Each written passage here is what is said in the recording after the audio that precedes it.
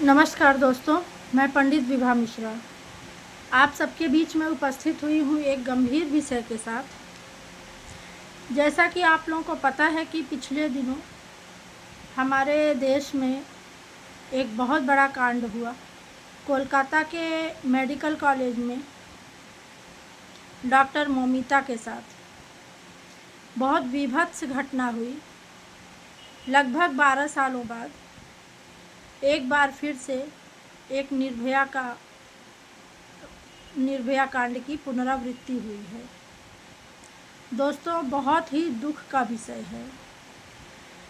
2014 में जब पूरे देश की जनता एकजुट होकर सत्ता परिवर्तन की थी हमारे देश में और प्रधानमंत्री नरेंद्र दामोदर दास मोदी जी को एक मत से चुना था, बहुमत के साथ उनको देश में सत्ता सौंपी थी, तो कभी देश ने ये सोचा भी नहीं था, लोगों ने ये सोचा भी नहीं था कि जब हमारे देश में विभत्स घटनाएं होंगी तो ये पार्टियां भी तू मैं करेंगी और वही बातें करेंगी कि उनकी सरकारों में ये होता था, उनकी सरकारों में ये होता था। मेरे कहने का मतलब है कि किसके स्टेट में क्या हो रहा है, लेकिन केंद्र में तो आप बैठे हैं।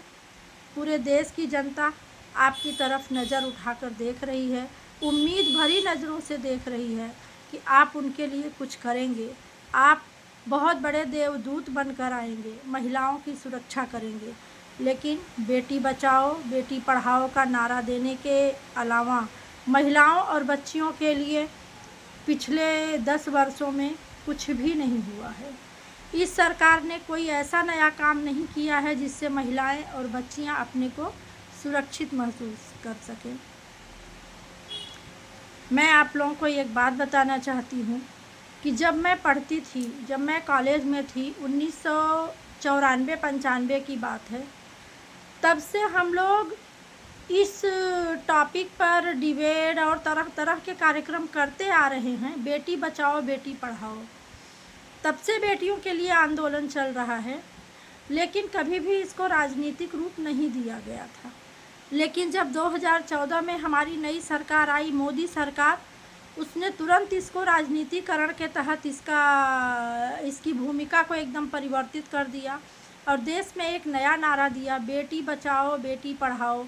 लेकिन बेटियां पढ़ तो ली, आगे बढ़ भी गईं, पर बच नहीं पाईं। न घर के अंदर, न घर के बाहर, न समाज में, न अपने वर्क प्लेस पर, किसी जगह बेटियां बच नहीं पाईं। बहुत ही शर्मनाक घटना है। और सबसे बड़ी विडंबना तो यह है कि जब भी इस तरह की कोई बात होती है, कोई घटना होती है, एक दिन में नहीं होती, कुछ दिन पहले उसकी भूमिका बनती है।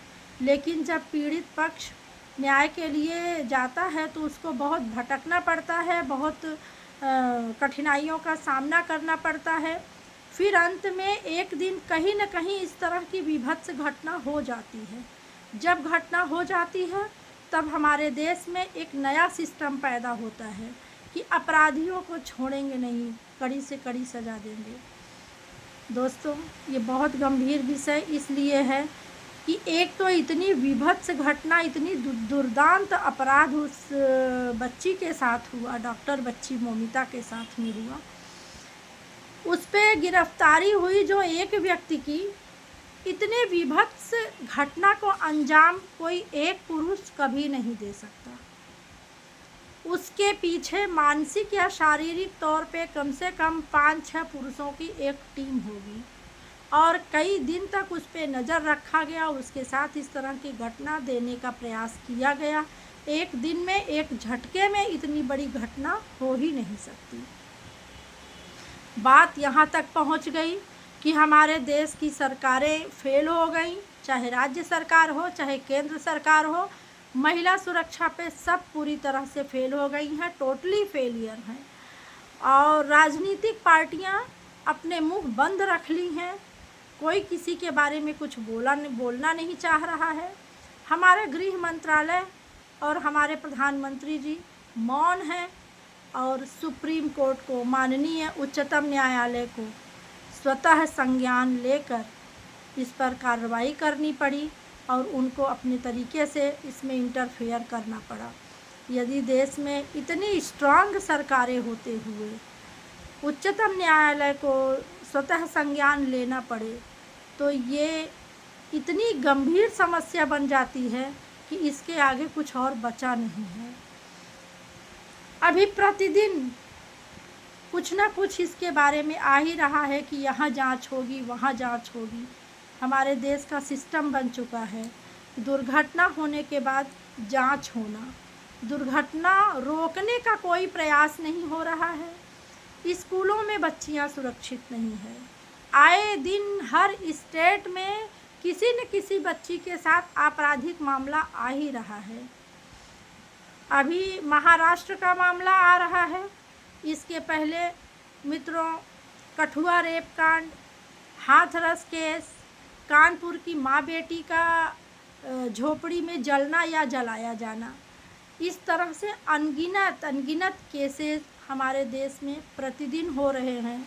उससे ज़्यादा भी शर्मसार बात यह है कि जो हमारे देश की महिलाएं हैं, महिला राजनेत्रियां जो हैं, मैं स्पेशली उनसे कहना चाहूँगी कि आप लोगों से अच्छे तो वो पुरुष हैं जो कि इनके पक्ष में न्याय मांग रहे हैं, सड़कों पर उतरे हैं, लेकिन हमारे देश की जो राजनीतिज्ञ महिलाएं हैं वो सिर्फ इनका इस्तीफ़ा दो, उनका इस्तीफ़ा दो, हमारी पार्टी का नहीं है, उसकी पार्टी का है, उसके अलावा कुछ भी नहीं कर रही हैं। यदि सारी महिलाएं एकजुट होकर सड़कों पर उतर जाएं और यदि हमारे देश का सिस्टम और न्याय व्यवस्था न्याय देने में देरी करता है तो ऐसे जघन्य अपराध करने वाले अपराधियों को महिलाएं सड़कों पर आकर स्वयं सजा दे। एक बार करके तो देखिए। हमारी प्रधानमंत्री जी से विनम्र आग्रह है कि महिला सुरक्षा के मामले में आप टोटली फेलियर हैं। यदि आप कुछ नहीं कर पा रहे हैं तो महिला सुरक्षा की बागडोर महिलाओं के हाथ में दे के तो देखिए। एक बार दे के देखिए कि अपराध में कमी कैसे आती है और कितनी तेज़ी से आती है। बोलने को तो बहुत कुछ है, लेकिन मन बहुत दुखी है, बहुत भरा हुआ है कि कहाँ तक बोला जाए, कितना बोला जाए, किससे बोला जाए। सभी तंत्र चुपचाप बैठे हैं, सिर्फ इस्तीफ़ा देने की राजनीति कर रहे हैं, वोट बैंक की राजनीति कर रहे हैं। अरे ममता दीदी की सरकार में ऐसा हुआ तो केंद्र में जिसको जनता ने चुन के बैठाया है उससे लिखवाया थोड़ी ना है कि दूसरे स्टेट में कुछ भी होगा आप कुछ नहीं बोल सकते। केंद्र में आपको इसीलिए बैठाया गया है कि राज्य बेलगाम ना होने पाए, आपको पावर दिया गया है। पूरे देश की जनता ने आपको पूरा 10 साल तक सशक्त पावर दिया, आप कुछ नहीं कर पाए, टोटली फेलियर निकल गए। तीसरी बार जब आपको मौका किसी तरह से घिसट के मिला है, ये आपके लिए बहुत बड़ी चुनौती है, बहुत बड़ा सोचनीय विषय है कि यदि आज भी कुछ नहीं कर पाए तो आगे जनता आपको कहाँ ले जाएगी। फ़िलहाल हमारे देश का सिस्टम तो बर्बाद हो चुका है, महिलाएं असुरक्षित हो चुकी हैं। किसी के भी शासनकाल में महिलाएं सुरक्षित नहीं हैं। पुरानी सरकारों में भी यही होता था। पिछले 10 साल से हमारी जो सशक्त सरकार है, जो पूरे विश्व में जिसका डंका बज रहा है, उनके भी शासनकाल में यही हो रहा है।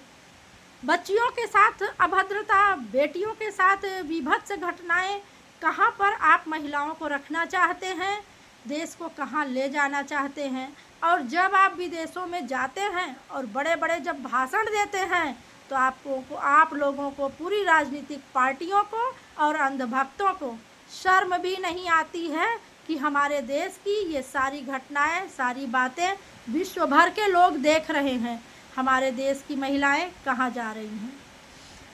और सभी महिलाओं से, राजनीतिज्ञ महिलाओं से खास तौर से मेरी विनम्र अपील है, आप लोग पार्टी की राजनीति छोड़कर, दलगत राजनीति छोड़कर, अपने स्वार्थ की राजनीति छोड़कर कम से कम अपनी बिरादरी के लिए, महिला जाति के लिए सड़कों पर एकजुट होकर आइए। आप अपने आप को महिला समझिए, किसी पार्टी की गुलाम मत समझिए। जिस दिन जनता चाह लेगी उस दिन ना आपकी पार्टी रहेगी, ना आपका अस्तित्व रहेगा, ना आपका पद रहेगा। आप जिस चीज़ के लिए चुनी गई हैं उसके लिए एक हो जाइए। सभी महिलाएं एकजुट होकर सड़कों पर आइए। कोई ऐसी ताकत है नहीं जो भीड़ के सामने आपको रोक लेगी और आप न्याय नहीं कर पाएंगे। तो अब समय आ गया है, महिलाएं अपने साथ हो रहे ज्यादती के लिए न्याय किसी से मांगने पे शायद ज़िंदगी बीत जाएगी, मिलेगी कि नहीं मिलेगी उसकी कोई गारंटी तो है नहीं, लेकिन यदि अपने हाथ में बागडोर पकड़ लें तो उनको न्याय तुरंत मिलेगा और ऐसा मिलेगा कि कम से कम उस एरिया के लोग तो एक बार थर्राएंगे, कांपेंगे, किसी महिला को, किसी बच्ची को, किसी बेटी को हाथ लगाने के पहले 10 बार सोचेंगे। सभी महिलाओं से मेरी विनम्र अपील है कि जहाँ पर महिला सुरक्षा की बात आए वहाँ तो कम से कम आप अपने स्वार्थ, अपना ईगो और अपनी दलगत अंधभक्ति को छोड़कर एक महिला के सपोर्ट में आइए। देखना भी चाहिए और आप लोगों को दिखाई भी दे रहा है कि बहुत से ऐसे पुरुष भाई सभी लोग हैं जो सड़कों पर बैठे हैं, न्याय मांग रहे हैं। मौमिता जिसकी कुछ नहीं लगती थी, कम से कम महिलाएं तो इस बात का ध्यान दें कि हमारी वो कुछ नहीं लगती लेकिन देश की बेटी है, हमारी बिरादरी की तो है वो। धन्यवाद। इससे ज़्यादा मैं और क्या बोलूं, आप सब देख ही रहे हैं, जब भी टीवी और न्यूज़पेपर हाथ में आ रहा है सिर्फ देश की तबाही और महिलाओं की दुर्दशा ही पढ़ने को मिल रही है। धन्यवाद, नमस्कार।